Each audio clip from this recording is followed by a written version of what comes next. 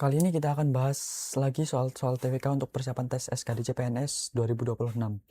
Silakan teman-teman menjawab soalnya terlebih dahulu, kemudian nanti dicocokkan dengan pembahasan yang ada di layar. Nah, ini adalah kelanjutan dari soal 15, ini adalah soal ke-16. Dalam kehidupan masyarakat yang beragam, menjaga toleransi sangat penting untuk memastikan keharmonisan dan stabilitas sosial.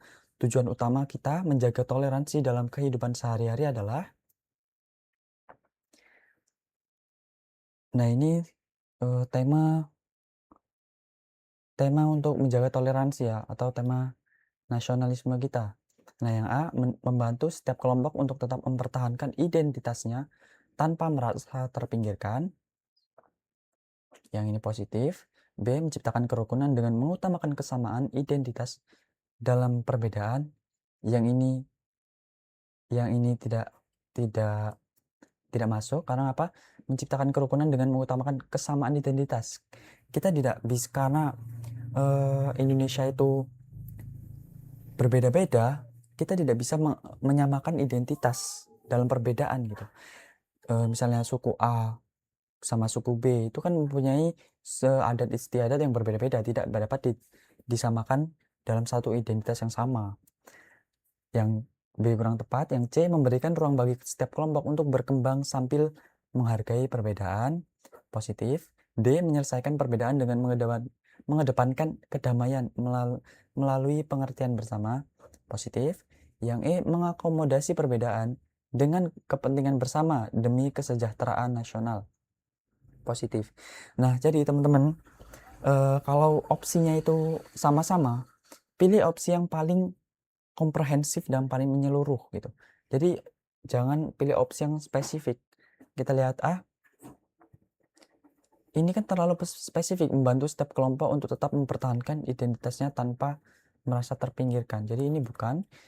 Yang C, memberikan ruang bagi setiap kelompok untuk berkembang sambil menghargai perbedaan. Ini fokusnya ruang berkembang, ya, jadi tidak menyelesaikan masalah. Jadi ini tidak. Yang D, menyelesaikan perbedaan dengan mengedepankan kedamaian melalui pengertian bersama. Yang ini kurang komprehensif. Yang E, mengakomodasi perbedaan dengan kepentingan bersama demi kesejahteraan nasional. Nah, ini kan sesuai dengan narasi bahwa menjaga toleransi itu sangat penting. Untuk apa? Untuk memastikan keharmonisan dan stabilitas sosial. Nah, kita diminta tujuan utama menjaga toleransi dalam kehidupan sehari-hari. Nah, tujuan utama ya berarti untuk mengakomodasi perbedaan gitu. Kenapa mengakomodasi perbedaan?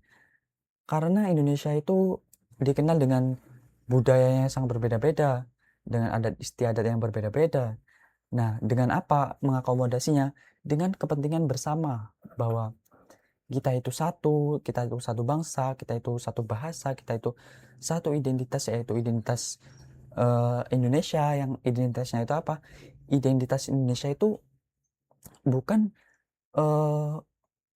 di dalam, justru identitas bangsa Indonesia itu berbeda-beda tapi tetap satu tujuan gitu. Jadi ini opsi yang paling tepat adalah opsi yang E. Lanjut nomor 17. Seorang mahasiswa sebagai bendahara kegiatan sosial kampus menghadapi kekurangan dana. Ia ditawari sponsor yang ingin logonya ditampilkan besar di materi acara. Padahal kegiatan itu bertujuan murni untuk membantu masyarakat tanpa unsur promosi. Jika ingin menunjukkan integritas, tindakan paling tepat adalah, nah ini tema integritas dihubungkan dengan ada acara, dia ditawari sponsor gitu. Tapi tujuan utama acara ini kan murni membantu masyarakat tanpa adanya embel-embel promosi gitu. Jadi yang A, menerima tawaran sponsor agar kegiatan tetap berjalan meski sedikit keluar dari tujuan awal. Yang ini tidak masuk karena kita harus sesuai tujuan awal. Tujuan awalnya apa? Yaitu murni membantu masyarakat tanpa unsur promosi. Yang B, membicarakan ulang kesepakatan dengan sponsor agar tidak menimbulkan konflik kepentingan. Tidak. C, mempertahankan prinsip kegiatan sosial dengan tidak menerima tawaran yang mengubah tujuan awal. Yang ini masuk. Dia menunda keputusan hingga panitia menemukan sumber dana tambahan. Menunda salah. Yang E, menggunakan dana sponsor tanpa menonjolkan logo perusahaan agar tetap sesuai tujuan sosial. Yang ini salah karena akan merugikan sponsor. Yang opsi yang paling tepat adalah yang C, mempertahankan prinsip kegiatan sosial dengan tidak menerima tawaran yang mengubah tujuan awal walaupun kita itu kekurangan dana gitu. Nomor 18, silakan isi terlebih dahulu. Jika sudah, dalam kehidupan bernegara, membayar pajak termasuk wujud bela negara non fisik karena jadi teman-teman ada bela negara itu yang sifatnya itu tidak non fisik atau tidak militer. Kan yang fisik kan militer. Yang non fisik itu bisa sesuai profesi, kemudian kita membayar pajak. Pajak itu kenapa disebut non fisik? Karena dia berkontribusi dalam bidang ekonomi atau bidang perputaran ekonomi negara gitu. Pun profesi ada pajak, kemudian jadi profesi dan pajak. Jadi kita lihat opsi A menunjukkan kepatuhan terhadap peraturan hukum yang berlaku di negara Indonesia. Ini kurang tepat karena bukan hanya sekedar peraturan hukum. Yang B, menjadi kewajiban moral warga negara untuk mendukung program pembangunan yang berkelanjutan. Yang ini bukan moral. Yang C, membantu pemerintah menyediakan layanan publik seperti pendidikan dan kesehatan masyarakat. Yang ini positif. D, menggambarkan rasa tanggung jawab terhadap pelaksanaan fungsi pemerintah. Yang ini positif juga. Yang E, menjadi bentuk kontribusi warga negara dalam menjaga kemandirian dan ketahanan ekonomi nasional. Nah, ini adalah opsi yang paling tepat, opsi yang E. Nah, jadi ini adalah opsi yang paling komprehensif atau yang paling menyeluruh. Kalau kita berkontribusi dalam ke negara dan akan menjadikan kemandirian dan ketahanan ekonomi, ini juga merupakan rasa tanggung jawab kita sebagai warga negara. Dan juga ini membantu kita untuk apa? Untuk menyediakan layanan publik seperti pendidikan dan kesehatan masyarakat gitu. Jadi ada opsi, ya sebenarnya opsi C ini masuk ke opsi E dan opsi D ini masuk ke opsi E. Jadi pilihan yang paling tepat itu pilihan yang paling mengakomodasi semua masalah yang dalam narasi ini, dalam narasi pembayaran pajak dan dihubungkan dengan bela negara gitu. Jadi yang paling tepat adalah opsi yang E. Lanjut nomor 19. Dalam menghadapi kesenjangan sosial dan ekonomi antar warga, sikap yang paling mencerminkan hubungan antara bela negara dan sila kelima. Nah, di sini bela negara dihubungkan dengan sila kelima. Yang A, menunjukkan rasa empati terhadap kelompok kurang mampu sebagai wujud kepedulian sosial.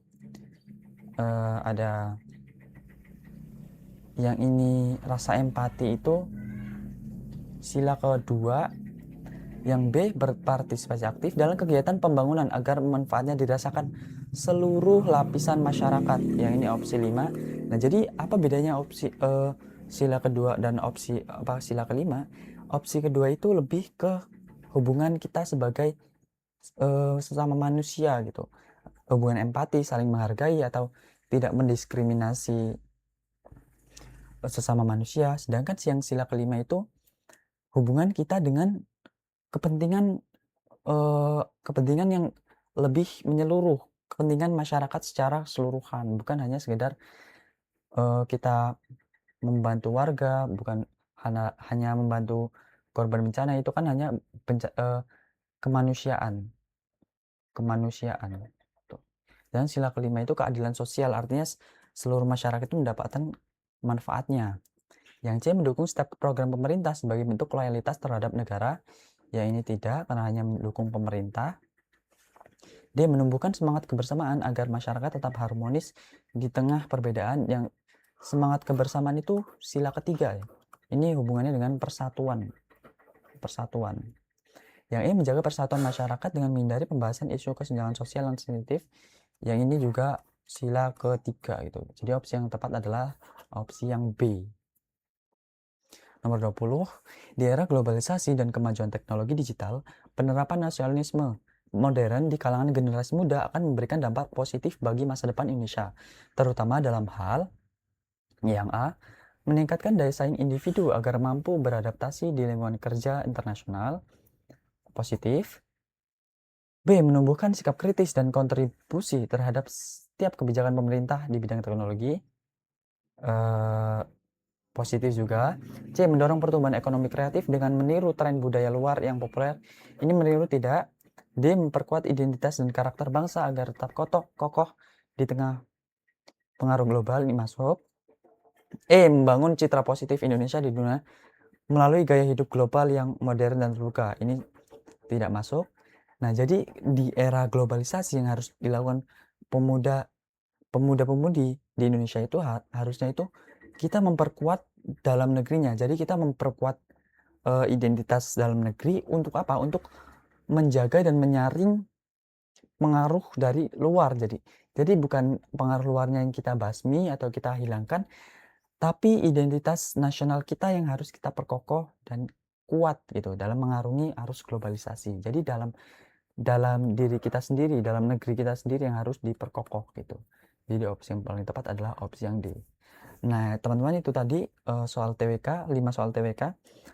Jadi teman-teman kalau ada yang kurang jelas bisa tanyakan di kolom komentar. See you next time and